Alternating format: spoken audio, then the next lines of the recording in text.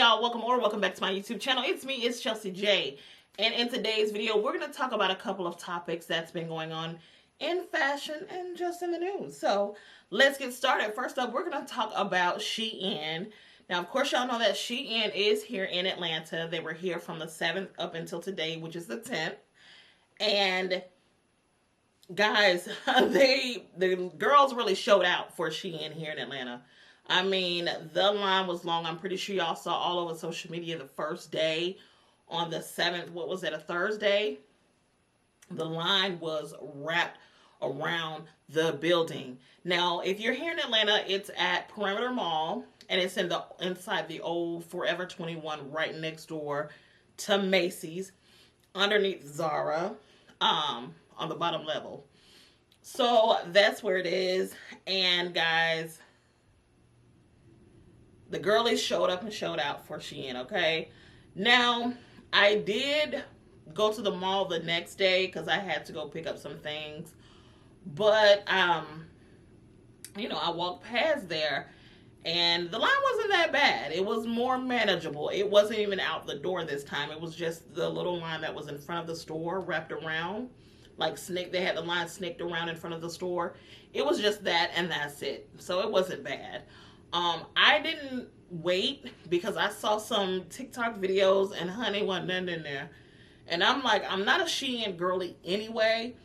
And it's not because I feel like I'm above Shein. It's not that. It's just I shopped them a lot during the pandemic. And I just found myself not returning, but throwing stuff away instead of wearing it. And I'm like, I don't have money to throw away. So if I find that I'm not gravitating, I'm never gravitating towards any of the pieces, not even the accessories, and I'm just not wearing it, or I'll wear it one time and then throw it in the trash. Common sense told me to just, okay, you're just not Shein's girl, and that's okay. So I just stopped shopping Shein because I don't have money to waste like that. I don't have money to buy and trash. And plus it's not good for the ozone. And so I just leave it alone. Now, will I never shop Shein? I'm not going to say that, because like they had a bag. Y'all know the little bag that they had like Zara, the one that looks like a little egg, and then it had like the gold thing in the front where you can just kind of slide your fingers through. It's a clutch. Now, if I wanted that clutch, I would have gotten it from Shein, because a lot of people, because it looked identical to the one at Zara, and I think the one at Zara was like $70. The Shein one was like $15 or $20. So yeah, if I wanted that clutch, that bag, I would get it from Shein, because a lot of people did say it was good quality. I was looking at TikTok videos about it. But as far as anything else for real, no. They have reached out to work with me, but it's not even ethical because I don't wear their stuff. You know, I'm not gravitated towards their things, so it wouldn't be ethical of me to even promote them, knowing darn well I don't genuinely enjoy the things. The things that I do promote are things I genuinely enjoy or I'm interested in. Even gifting, I don't accept all gifting. Some gifting I have turned down. I only accept things that I genuinely use or genuinely want to use and interested in. But yeah, so that's the thing with that. So yeah, Shein is here. Today is the last day. Now, if this was a market test, honey, I would say they passed, because honey, the girls love Shein. And of course you had the people that were complaining. A lot of people were saying that, you know, they don't support, you know, if that line was that long in a black business, everything will be good. But my thing is, y'all know why people shop at Shein. The prices are affordable. You know, at most black boutiques, the prices aren't really that affordable. Like Shein, I mean, like at most boutiques, you're paying $60, $70, $80 for a shirt. At Shein, $60 and $80 could get you quite a few outfits. So, you know, you know, everybody spend however it makes them comfortable. And we can't police how people spend their money. I mean, yeah, we do want to support our black businesses, but we don't want to others to go in debt to try to support either. You know what I mean? So I get what everybody's trying to say, but let's not act like we don't know why people shop at Shein. It's just more affordable, and you're able to get a bang for your buck. Now, when it comes to the ecosystem and all of that, I ain't even going to engage in that conversation.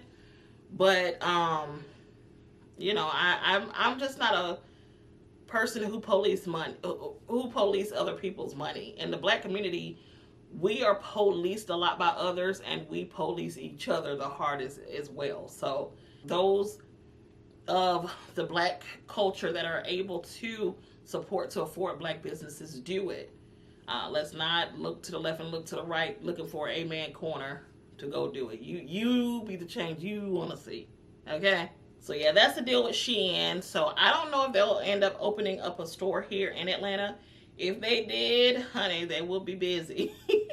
But yeah, like I said from the videos, I really didn't see much in there. Even in the plus size section, it wasn't, I guess it was just a typical pop-up, where they had just very few summer pieces, which I think it probably should have been fall. And I think that if they were coming out with a fall collection, that should have been a preview, and they should have had it in there. I think that would have made for better marketing, or a bang for their marketing buck. So that's the thing with Shein. Next up, I want to kind of hit on the Ralph Lauren and Oak Bluff collection. I'm sure you heard a lot about that. I'm not going to bore you with the whole background. But just for me, I had no idea about Oak Bluffs. I only, heard about Martha's Vineyard. I didn't know, just everybody, Martha's Vineyard. But no one that I've ever been around told me about Oak Bluffs. And I didn't hear about it until now, actually. So at this big age, that's what I heard about it. And of course, Martha's Vineyard has always been one of those kind of elite vacation destinations here in the States. If you, are more, I guess, elite. I would say elite. However, I did not know the history of Oak Bluffs. I didn't know that basically a brief history is, okay, we know Martha's Vineyard is an elite vacation spot. Well, a lot of those elite or affluent Caucasians that vacation there, white people that vacation there, well, they had the help, which were, their butlers, maids, nannies, and things like that would come vacation with them as well. However, the black people weren't able to get into, Oak Bluff, that the section on the other side of the island of Martha's Vineyard was the only place, in the Inkwell was the only place that black people were able to get into. So, that part of it became kind of like a black safe haven. And a lot of people say they still feel like it's a safe haven up until this day. So a lot of black elite go, and a lot of black regular people go as well, from what I, understand. I'm starting to think, just personally, the reason why I may haven't heard of it is because we are so close to Florida. My family is from Florida. Well, from Georgia, really. Like, my great-grandmother was born and raised in Georgia. But my mom and my grandma, they were born in Florida. So, and that's where a lot of us are. So, we're, even here in Atlanta, we're 4.5 hours from Paradise. At any beach in Florida, or a quick hour plane ride to Miami, which is the ultimate paradise here on the East Coast. So there is no point of us going all the way to Massachusetts to get on a non-ideal beach. Because I did see the beach, and it didn't, the beaches in Florida look a little bit more prettier. But I get the history behind it. So I think Oak Bluff was a ideal travel destination for the people up in the Northeast. The New Yorks, the Connecticut, and, maybe the Midwest. So I think it was more ideal for those type of people. I don't, us Southerners, we were so close to actual beaches to, we were so close to Florida beaches, or even here in Savannah or North Carolina, Myrtle Beach, you know what I mean?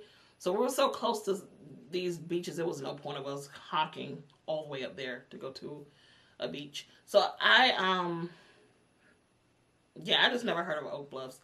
But anyway, that's the thing with them. I like the collection. Some people were complaining about Oak Bluffs.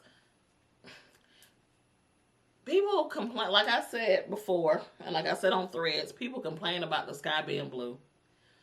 A lot of people were saying that black people don't, well, one guy was saying black people don't engage with Ralph Lauren the way that they're trying to portray it, and saying that black people steal it. And I'm like, who is we? Because every piece of Ralph Lauren I got, honey, for myself or either for my nephews, because, with boys, I think that's the only thing that they could wear that's cute. Boy clothes, typically ugly. So I bought my nephews Ralph Lauren, and yeah, that's me going into the store, swiping not my credit card but debit card, and coming on out the door. Okay, or even for myself. So I don't know where this we came from. A lot of times we, as in blacks, we are the biggest barrier in front of us. And I think systematically a lot of people are so beat up and at a disadvantage so they just kind of gave up and resigned themselves to different subset type of people and type of lifestyles, so they don't realize that everybody didn't grow up, in poverty. Everybody didn't. And the ones who didn't grow up in poverty, everybody didn't stay there. You had your people like Esquires. I'm talking Esquire from ATL, who grew up in poverty, but he forced himself into getting better. He positioned himself to, go to a better school. He left downtown Atlanta and went to school all the way in Sandy Springs just to, be around. I wouldn't say be around better, but, he just wanted better out of life, like Nunu Daddy. I don't know. I just, because my thing is, I thought we all collectively loved the Huxtables. So now that you're seeing Huxtable-esque things via this Ralph Lauren, Spellman and Morehouse collection and Oak Bluff collection, now we don't represent us. That's white adjacent. So, it's a deep issue, and I really don't even blame the people who are defeated like that mentally and don't realize that everybody didn't grow up the same in our culture. I almost blame the parents because they didn't put their children in certain positions to see that everybody isn't having a rough life. Every black person ain't having a rough life. And the reason why I say that, because I've seen parents, even coming up, how some parents would put their children, like if they were, less fortunate, they would do things to put their children around people who were more fortunate so they'll understand. So they would put their children in Jack and Jill. Maybe they were referred by a church member. And, the parent just did what they could do to keep up with dues or whatever. Or they would put them in sports around other kids of different economic backgrounds. Just to, just low effort ways to put their kids around people who live a different lifestyle than them so they can see, yeah, we may be at a disadvantage financially, but there's more out there. And I want you to strive for more. Yeah, we stay in the hood, but you ain't gotta be hood. You know what I mean? And I want you to strive for more. And so some parents do, like I'm saying, these are things that I've seen some parents do for their kids who lived in the hood, even growing up from what I've seen. And some parents do the same thing now. If they don't have the money to live on the good side of town, they'll bring their children over there just so they can see some new stuff. You know what I mean? So that's why I said I almost blame the parents for not exposing their children to different things. And that's one of the reasons why I do not believe in having children unless your money is on the level. Because you end up raising kids like this guy who think that we all still Ralph Lauren. The one who think that this right here does not represent black people, and it's us trying to be like white people and all of that. You end up raising kids like that who get on the internet and be loud, wrong, and smart as be right here, and he's somewhere under here, you know.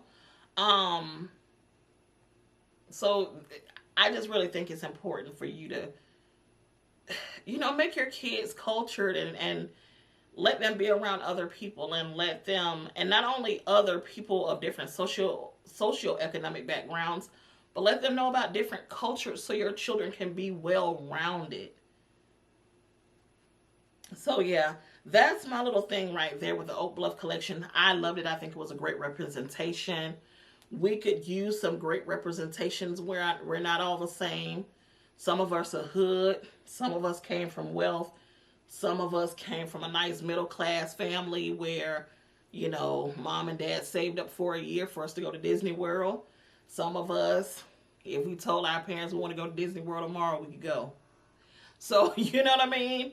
Or, you know, some of us, you know, grew up going to Italy. Everybody, every black person had a different black experience.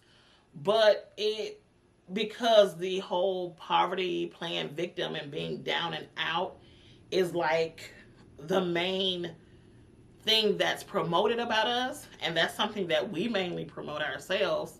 So, I don't know. I don't know. I'm just gonna leave it there, but I just think the complaining about the Oak Bluff collection, it says a lot about how we feel about ourselves deep down. Not including what everybody else around us may think. Because everybody else around us is thinking, okay, I'm tired of this victim mentality. I understand y'all went through what y'all went through, but let's get up. Let's turn the page. That's what a lot of people outside of us are thinking, if we want to be real. I'm not saying it's right or wrong. I'm just letting you know what's being thought about us. But it just lets you know how we feel about ourselves as well. We feel like we don't deserve a lot. Even with that whole black girl in luxury thing, how a lot of black women were kind of dumping on the black women who were in luxury. You know what I mean? How you know, some people talk about them now, you know, pretty much kind of demonizing them, or, you know, you need to make sure you have investments before you buy this purse. How you know that person don't have investments? How you know this person ain't saving for retirement? How you know this person don't have properties? How you know this person don't have businesses? Because a smart person ain't finna tell you everything. One thing my mentor always told us, people can't attack what they don't see. So I think it'll be foolish for people to come online and tell you what they got going on, to be frank. But, yeah, I'll leave that there. All right. So, guys, Metro Boomin just came out with a new album. Now, he is basically an Atlanta-based producer. He worked with a lot of Atlanta artists. Future is like the main one. But anyway, he had like the 2009, 10, 11, 12, 13, 14, 15, even up until now, In a Chokehold.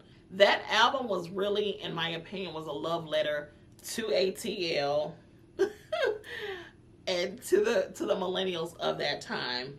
Everybody in my age group, they actually love it. Now, you may have some of the younger kids don't like it, or the people who aren't even from this region don't like it. It's kind of like bounce music for New Orleans, or house music for Chicago, or New Jersey, or whatever other music, or like what is it, go-go music for the DC area, the DMV area. Every region have their own type of music. Well, here in the South, that album, that's one of our sounds. We have quite a few sounds. You got trap music. and you got crunk music, you got bass music. And bass music, we really share that with Miami, which is my favorite genre of bass music. I love bass music. Yeah, it's my favorite genre, to be quite frank. But anyway, so you got bass music and that little 2008-ish era music. And that album is just a love letter to us. I remember we had so much fun just listening to that album. It just took me back to that day and age where we just had so much time. We just had so much fun in that era, going out to the clubs and people actually dancing and and just not looking around and looking crazy at each other. So yeah, I definitely like that album. If you haven't heard it, take a listen. But yeah, if you're not into that type of music, that again, Roscoe Dash, Waka Flocka, if you're not into that whole little sound, you may not like it because it does sound like a time capsule. And, you know, you had a lot of people talking about his sales and trying to make fun of the sales and how he's projected to only do 18,000. But I don't think he made that album for rankings. I think he did it as a love letter, again, to myself and people, you know, everybody who enjoyed that era. This album was not for the masses, because if it was, he would have had more mass appealing songs, but he didn't. So, or he would have had more mass appealing artists. So he probably would have had Sexy Red. He probably would have had, it wouldn't have been Drake, but probably Kendrick Lamar or somebody like that on the album. That, you know, that is why, you know, or he probably even would have had an Afrobeats artist if he wanted to, I guess, appeal to the masses, but he don't. That was a love letter, again, to my generation and the people who were in our 20s, and we ate that era up. So yeah, I really enjoyed it. If you had a chance to listen to it, let me know what you think. All right, y'all. So if you don't know, I posted on here and on Instagram that Good American, they're having a really good sale right now. They have a warehouse sale. So if you ever wanted to try any of their clothing, any of their pieces or anything like that, now is a great time. They also have shoes right now that are ranging between $9.99 and $19.99, including boots. So if you wanted some fringe boots, they got fringe boots in black and in like the caramel suede color. They have those clear shoes. They have some cute little green slip-ons. Like, they have some really cute shoes. They even have like the pointy toe high heel mules for like, what, $19, the bedazzled ones. So yeah, just take a look out. They have the all clear shoes, the Cinderella shoe, pointy toe. They have mules. They have, like I said, boots. They have different things. So check them out. And while we're in clothes, let's talk about Jordyn Woods. Jordyn Woods is coming out with her new collection on the 25th of August. And it looks like it's going to be kind of like a total, not necessarily rebrand, but, you know, right now she have a lot of mesh, colorful dresses. Well, in this drop, I think she said there's going to be no dresses. And everything looked like it's going to be black, white, and clean, and like fashion forward. She do have those wide shaft boots. And not like wide shaft for like wide calf people, but wide shaft. Y'all know those extra wide shaft boots that from the ankle up, they're very wide. She have some booties like that. I'm not really a fan of those. But she also have like the ones that come to your knees. Now, I do like those. She showed some pieces, not much, but I saw a coat with like a fur shawl. Some boots with fur, so, or feathers. So she have, you know, some really unique things coming out. I really can't wait to see the entire collection. And I also just found out that she opened up a sculpting bar. I would call it a sculpting bar here in Buckhead the other day. And so, you know, check it out. But it's more so contouring and contouring the body, lymph drainage and things like that. So yeah, check it out. So next up, we're going to talk about a topic that I've seen on Threads, and it's about content creators doing food reviews at restaurants and not paying or not tipping the waitresses. A lot of people were kind of digging into the content creators, pretty much trying to set content creators straight about not tipping. But my thing is, I don't agree that a content creator need to tip. If a company hired you on to do a food review at their restaurant and show and tell about the different deals that they have coming up, honey, that is a commercial. So just like you sit up here and watch, Waffle House, I think they do have commercials, but like Olive Garden, Kona Grill, Red Lobster, just like you see those commercials on TV, well, that's the same thing that these content creators are doing, except they are saving the business millions of dollars.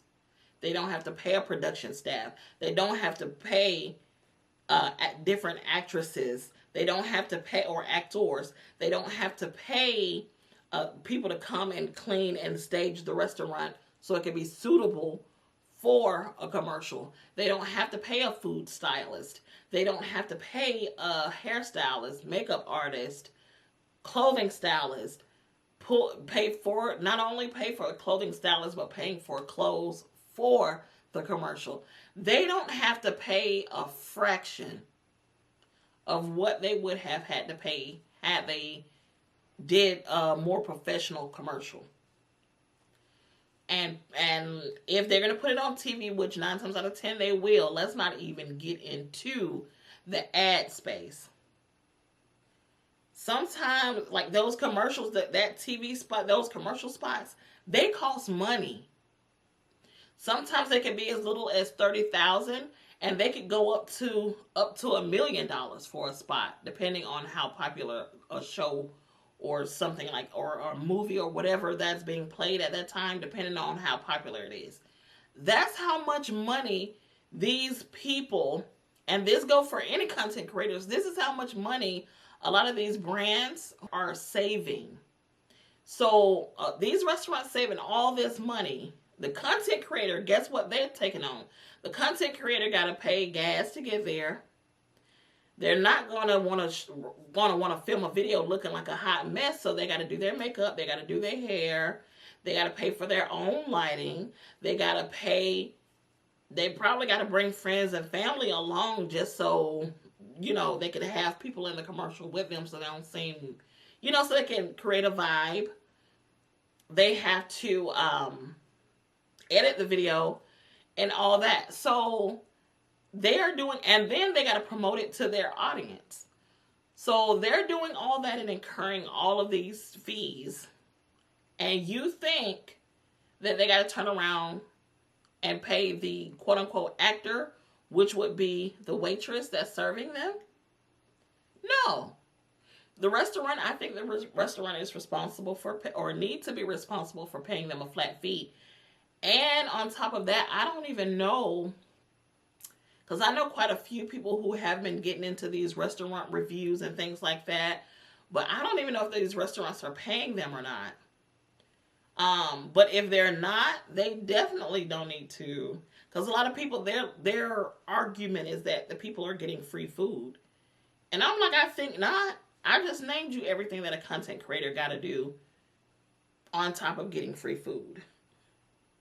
So it's not like they came in the door with their little DJI camera saying, I'm a content creator, give me free food, honey. No, these restaurants are inviting them.